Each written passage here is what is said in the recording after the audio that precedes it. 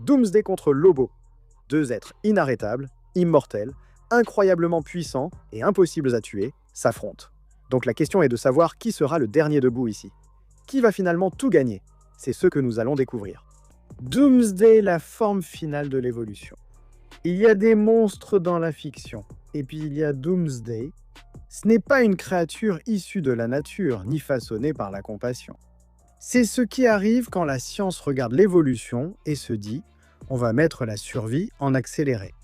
Bien avant que Krypton ne devienne le monde éclatant que Superman considérerait un jour comme son foyer.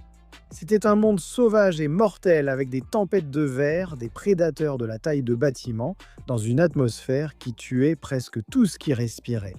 Dans ce chaos vivait Bertrand, un scientifique kryptonien obsédé par la création de la forme de vie ultime. Son procédé relevait de la pure folie. Il a pris un prototype infantile, l'a jeté dans la nature sauvage de Krypton et l'a regardé mourir, déchiré, écrasé, brûlé, étouffé. Ensuite, il a cloné ce qu'il en restait. Il a répété ce cycle des milliers de fois. Chaque mort réécrivait l'ADN de la créature. Chaque échec le rendait plus difficile à tuer, jusqu'à ce qu'enfin la créature de Bertrand ne meure plus. Elle l'a tué. Ce fut le jour où l'univers DC rencontra Doomsday, la conséquence vivante de la cruauté. Ce n'est pas un être mu par l'émotion ou la morale. Il est l'instinct brut de survie incarné, une apocalypse biologique. Au moment où il s'est échappé de Krypton, la puissance de Doomsday est devenue une constante cosmique. Ce qui le tue une fois ne pourra plus jamais le tuer. Déchiré par des bêtes, il développe des plaques d'armure plus dures que le diamant. Brûlé vif, il devient insensible au feu. Abandonné dans le vide, il évolue pour vivre sans air. Il ne fait pas que survivre à la mort, il en fait une arme. Même à son point le plus faible, Doomsday tient tête à Superman. Et ça veut dire quelque chose. Superman a contenu la puissance combinée du corps des Green Lantern, a maîtrisé des forces capables de détruire des lignes temporelles et a lutté contre des dieux. Être à ce niveau place Doomsday clairement dans la catégorie multiverselle. Il a tenu tête à Wonder Woman, la même Wonder Woman qui a brisé le sceptre de Chronos, un artefact imprégné de la vague divine qui soutient le multivers lui-même. Dans la cosmologie DC, Superman et Wonder Woman sont les références en matière de puissance. Doomsday égale et parfois dépasse les deux. Mais son histoire ne s'arrête pas au multivers, car Doomsday a accompli l'impossible. Il a vaincu Darkseid. Pas d'un avatar, pas une ombre, le vrai Darkseid, l'incarnation conceptuelle de la tyrannie, qui existe au-delà du temps et de l'espace dans la sphère des dieux. Le vrai Darkseid transcende les univers. C'est une idée platonicienne incarnée. Et Doomsday l'a brisée. C'est un pouvoir outerversal, le niveau où les êtres cessent de se battre pour des planètes et commencent à frapper des concepts. Maintenant, on peut vraiment remettre en question la validité ou l'authenticité de cela, mais selon l'auteur de l'histoire, c'est ce qu'il voulait montrer. La résistance de Doomsday, cependant, frôle aussi l'absurdité narrative. Il a encaissé les coups combinés de Superman, Wonder Woman et des Green Lantern en même temps. Il a résisté aux rayons Oméga capables d'effacer des âmes de l'existence. Des rayons assez puissants pour blesser le spectre, la colère littérale de Dieu. Et une fois qu'une chose blesse Doomsday, cela ne lui fera plus jamais de mal, plus jamais. Tuez-le une fois et vous venez de lui apprendre à ne pas mourir la prochaine fois. Il s'est échappé de la zone fantôme, un vide sans dimension décrit comme un monde sans horizon, entre l'être et le néant. Se libérer de cela, ce n'est pas une question de force physique. C'est un défi métaphysique. Doomsday ne rejette pas seulement la mort, il rejette les règles de la réalité. Et contrairement à la plupart des brutes, Doomsday n'est pas lent. Il a tenu la cadence avec Superman qui a traversé l'hyperespace, une dimension au-delà des lois du temps, et s'est échappé de la source, origine de la création. Dans l'univers DC, cela rend sa vitesse incommensurable. À ses stades d'évolution les plus élevés, même le temps devient sans importance. Il ne se contente pas de se déplacer plus vite que la lumière, il va au-delà de la causalité. Mais ses pouvoirs vont bien au-delà, la force brute et la rage. Le corps de Doomsday est un arsenal en perpétuelle évolution. Des éperons osseux qui transpercent la peau kryptonienne, du poison qui fait fondre la chair, une régénération qui le reconstruit en quelques secondes, et une aura de mort qui fait pourrir tout ce qui l'entoure. Il a développé la projection d'énergie, la téléportation, la télépathie et le vol. Dans Rebirth, Doomsday a même montré la capacité d'infecter les autres avec son ADN, créant de nouveaux hybrides de Doomsday. Sa simple existence est une annihilation contagieuse. Et au fil des années, il a développé une résistance à l'absorption d'énergie, à la télépathie, aux attaques visant l'âme et même à l'effacement de l'existence. Il a été vaporisé, désintégré, atomisé, jeté dans des trous noirs, réduit en poussière, et pourtant, d'une manière ou d'une autre, il revient toujours. À la base, Doomsday existe aisément au niveau multiversel plus, capable d'échanger des coups avec des adversaires comme Superman et Wonder Woman sur un pied d'égalité. À son apogée, Doomsday atteint le niveau outerversal, vainquant des dieux conceptuels et échappant à la non-existence dimensionnelle. Son endurance est infinie, son évolution sans fin et sa nature inarrêtable. Une fois que vous affrontez Doomsday, le compte à rebours commence, car chaque seconde où vous survivez, il apprend à mieux vous tuer. Il ne complote pas, ne conquiert pas, il ne se vante pas. Il est tout simplement. Quand Bertrand a jeté ce premier nourrisson dans le désert de Krypton, il n'a pas créé une créature. Il a créé la preuve que la vie elle-même pouvait devenir si violente, si implacable, que même la mort se lasserait d'essayer. Doomsday est cette affirmation faite chair, l'extinction enveloppée d'os, la haine dotée d'un cœur battant. Il n'est pas la fin d'une histoire. Il est l'histoire qui met fin à tout le reste. Lobo, dont le nom signifie celui qui dévore vos entrailles et qui en profite pleinement, est le dernier de son peuple pour une raison. Il les a tous tués. Il vient de la planète Khazarnia, qui était un véritable paradis et ne connaissait rien à la guerre. Les Khazarniens étaient presque immortels. Quand Lobo est né, Lobo savait qu'il était unique en son genre, mais il en voulait encore plus. Inspiré par l'idée du génocide, Lobo a créé une nuée de scorpions mortels. Il les a lancés contre son peuple, exterminant toute son espèce, à l'exception de lui-même. Il a dit que c'était un projet scientifique et s'est donné un art. Depuis lors, il a parcouru les galaxies encaissant des primes, rencontrant et affrontant de nombreux super-héros différents au passage. Lobo possède des capacités surhumaines incroyablement impressionnantes. Il est incroyablement fort, étonnamment rapide, et possède l'un des meilleurs pouvoirs de régénération de tout l'univers des comics. Au sommet de sa forme, Lobo est assez fort pour dominer pratiquement tous ceux qu'il a jamais affrontés. Il peut facilement détruire les constructions des Green Lantern. Il a mis à mal Martian Manhunter et Shazam avec ses coups de poing, et il a régulièrement réussi à se battre contre Superman, allant même jusqu'à battre Superman à plusieurs reprises. Lobo est incroyablement fort. Il ne se donne pas à fond tout le temps, mais quand il le fait, il est capable de faire des choses complètement folles, comme soulever des billions de tonnes d'une ville entière, la compresser en une boule, puis la manger. Ou même attraper un super ordinateur extraterrestre de la taille d'une étoile avec sa chaîne et le tirer jusqu'à la planète. Ce sont quelques-uns des meilleurs exploits de force dans tous les comics. Il est étonnamment rapide en combat, capable de surprendre à la fois Superman et Flash grâce à sa vitesse. Et Lobo adore ses flingues, ses bombes et ses armes. Il possède toutes sortes de flingues et d'explosifs, allant de bombes capables de mettre à terre des personnages de Looney Tunes à des armes qui peuvent littéralement détruire et faire exploser des planètes. Et comme on peut s'y attendre, Lobo est un expert avec toutes ses armes. C'est une armée à lui tout seul. Il est capable de battre littéralement n'importe qui sur son chemin. Il a vaincu des armées entières. Il est capable de se battre contre la Justice League ou certains des meilleurs sorciers de la Terre. Il a tué le Père Noël parce que le lapin de Pâques l'a payé pour le faire. Il s'est battu contre des démons des profondeurs et des anges là-haut. Littéralement, personne n'est à l'abri de Lobo. Mais le plus grand atout de Lobo, c'est qu'il est littéralement impossible à tuer.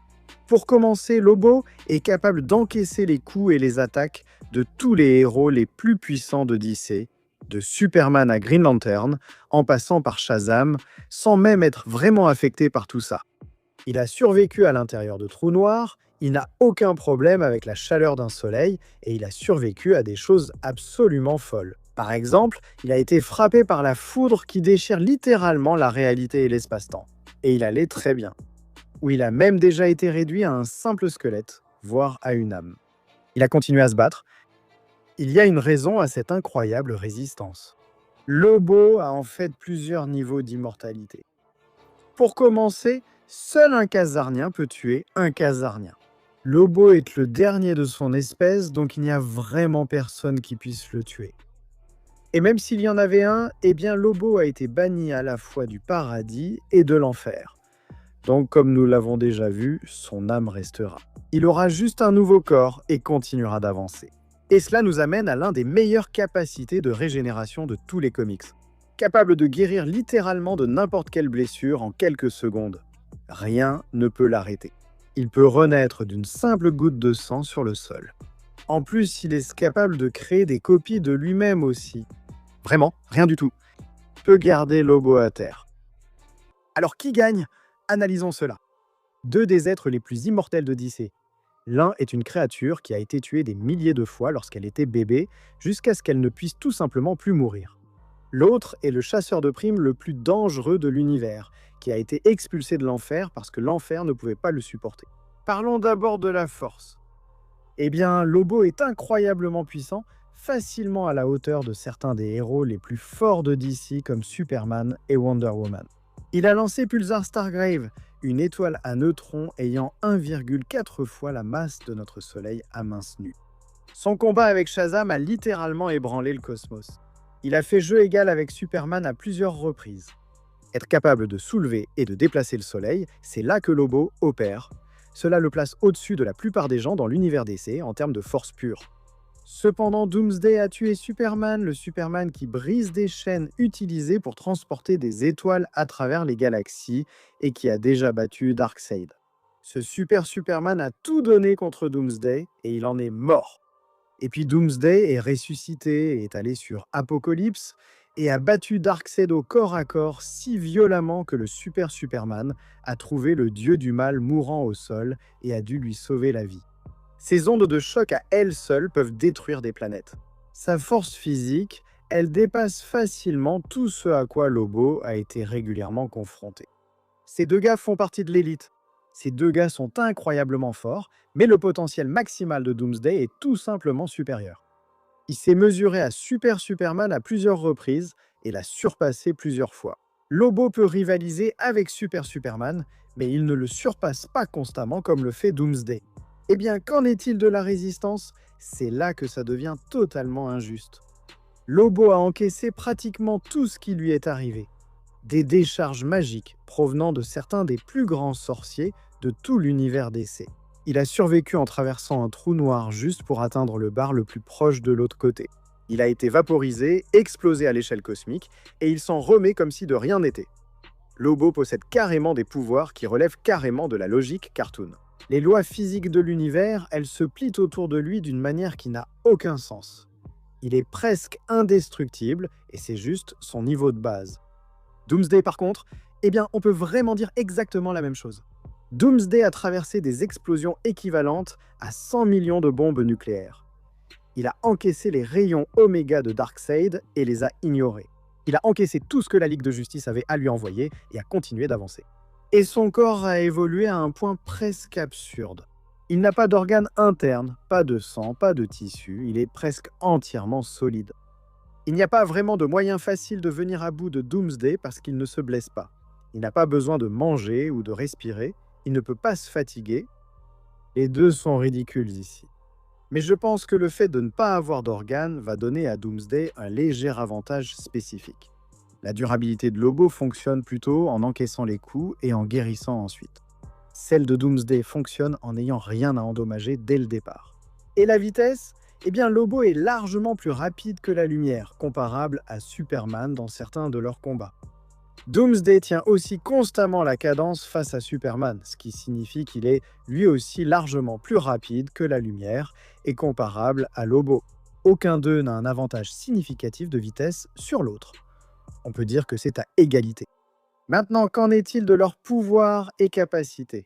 Eh bien, Lobo possède tout un tas d'armes. Il a sa chaîne avec un crochet, des flingues de secours, des grenades à fragmentation, bref, tout ce que vous pouvez imaginer. Et Lobo est aussi un combattant incroyable et incroyablement intelligent. Il parle près de 18 000 langues, a reprogrammé la technologie d'Apocalypse pour tromper Darkseid, a construit une machine à voyager dans le temps fonctionnel à partir de pièces de rechange, et a fabriqué un pistolet capable de détruire une planète à partir de déchets. Doomsday, cependant, son corps s'adapte au fil du combat. Comme Doomsday a des éperons osseux et des excroissances qui peuvent pousser pendant un combat. Son corps va devenir plus dangereux à mesure que le combat avance. Son corps possède également des cellules d'absorption qui répliquent et stockent les capacités spéciales des super-êtres présents dans son environnement immédiat. Ce qui veut dire qu'il ne fait pas que vous combattre. Il commence à apprendre à faire ce que vous savez faire. Il crache un gaz kryptonien en raison de son adaptation contre Superman. Dans le New 52, il a développé une aura de mort, ce qui signifie que tout autour de lui commençait à mourir instantanément. Les gens prenaient instantanément feu. Cela affectait même Superman et Wonder Woman. Et à son apogée, à son meilleur niveau, eh bien, le Piégeur du Temps, l'une des entités cosmiques les plus puissantes de DC, capable de manipuler le temps à l'échelle de l'univers, a retiré sa capuche. Et c'était Doomsday, une version évoluée du futur. C'est là que ce processus va aboutir. Mais je pense que la clé de tout ce combat, c'est vraiment leur régénération et leur immortalité. Lobo, il peut se régénérer à partir d'une seule goutte de sang, presque instantanément, et se reformer à partir d'un simple crâne en quelques secondes. Son facteur de guérison est l'un des meilleurs de DC, et il a été banni à la fois du paradis et de l'enfer, ce qui le rend pratiquement immortel pendant la majeure partie de son histoire. Mais voici le grand changement. Son immortalité lui a été retirée dans DC Chaos. La présence lui a retiré en plein combat lorsque Lobo a blasphémé le nom du Seigneur. Parti tout simplement. Maintenant, il guérit toujours à partir d'une goutte de sang, mais mourir définitivement, c'est désormais une possibilité pour lui. Doomsday, on ne peut pas en dire autant. Son immortalité est toujours totalement intacte, et il revient à chaque fois. Sa régénération est plus lente que celle de Lobo. Il a dérivé dans l'espace pendant des semaines à l'état de cadavre avant de se réveiller après que Superman l'a tué. Mais il revient toujours, et il revient toujours immunisé contre ce qui l'a tué et plus fort qu'avant. Et maintenant, Doomsday n'a même plus besoin de mourir d'abord. Il peut s'adapter en plein combat. Martian Manhunter a essayé la télépathie. Doomsday a résisté, puis il est revenu capable de cracher du feu spécifiquement pour blesser John. Alors, quel est l'argument de Lobo pour gagner? Eh bien, c'est un vrai argument. Sa régénération est bien plus rapide que celle de Doomsday, presque instantanée contre quelque chose qui a déjà mis des semaines à se réveiller. Si Lobo peut continuer à mettre Doomsday à terre plus vite qu'il ne peut s'adapter ou récupérer, il peut potentiellement contrôler tout le combat. Fait intéressant, l'aspect de la douleur mérite aussi d'être abordé. La peur et l'agonie sont des faiblesses réelles et documentées pour Doomsday. Il porte dans son ADN des souvenirs traumatisants, des expériences détruisantes. Et la douleur réelle le ralentit effectivement. Et Lobo, c'est le genre de gars qui découvrirait ça et en profiterait à fond. Lobo ne se contente pas de se battre, il fait traîner les choses pour maximiser la souffrance. Il a déjà passé 3 semaines à tuer quelqu'un lentement parce qu'il n'avait rien de mieux à faire. Si quelqu'un doit exploiter cette faiblesse, ce sera lui. Et son génie fait qu'il ne se contente pas de frapper, il analyse, il s'adapte, il trouve des angles auxquels personne d'autre ne penserait. Des approches créatives auxquelles Doomsday n'a pas encore été exposé. Face à quelque chose qui évolue au-delà de ce que tu lui lances, la capacité à toujours trouver de nouvelles choses à lui opposer est ta seule véritable option. Et puis bien sûr, il y a, à mon avis, l'un des pouvoirs les plus sous-estimés de Lobo, la biofission. Chaque goutte de sang que Lobo verse peut devenir un tout nouveau Lobo. À pleine puissance, avec toutes ses capacités, même face à quelque chose comme Doomsday, se retrouver soudain face à une armée de Lobo, le chasseur de primes le plus dangereux de l'univers, tous en même temps. C'est un vrai problème. Mais voici pourquoi, selon moi, Doomsday finit par l'emporter. La plupart des meilleures armes de Lobo vont cibler la biologie traditionnelle. Ces flingues, ces grenades, tout ça est conçu pour endommager les êtres vivants. Doomsday n'a pas d'organes internes, pas de sang, il n'y a rien à vraiment endommager. Tout ce pan de l'arsenal de Lobo devient pratiquement inutile. Dans cette adaptation en plein combat, eh bien Lobo ne va probablement pas pouvoir suivre le rythme. Doomsday évolue en temps réel. Avant que Lobo n'ait fini d'utiliser un moyen efficace, Doomsday développe déjà une résistance. Et ces cellules d'absorption, elles vont commencer à collecter ce que Lobo peut faire, sa guérison, sa Toon Force, ses capacités, et les ajouter au corps même de Doomsday au fur et à mesure que le combat avance. Plus le combat dure, plus les meilleurs atouts de Lobo se retournent contre lui. Lobo peut tuer Doomsday probablement plus d'une fois, mais à chaque fois qu'il le fait, Doomsday revient immunisé contre ce qui a fonctionné. Lobo doit trouver une approche complètement nouvelle à chaque fois. Il n'y a qu'un nombre limité de choses différentes à faire avant de manquer d'idées. Doomsday les a toutes absorbées depuis le début de toute façon. Et puis il y a la question de l'immortalité. Doomsday ne peut pas être tué de façon permanente. Lobo maintenant, oui, c'est vraiment ça, le combat. Lobo guérit toujours, mais ce n'est pas la même chose que ce que fait Doomsday. L'un d'eux peut être éliminé définitivement, et l'autre non, et ce n'est pas Doomsday. Doomsday gagne.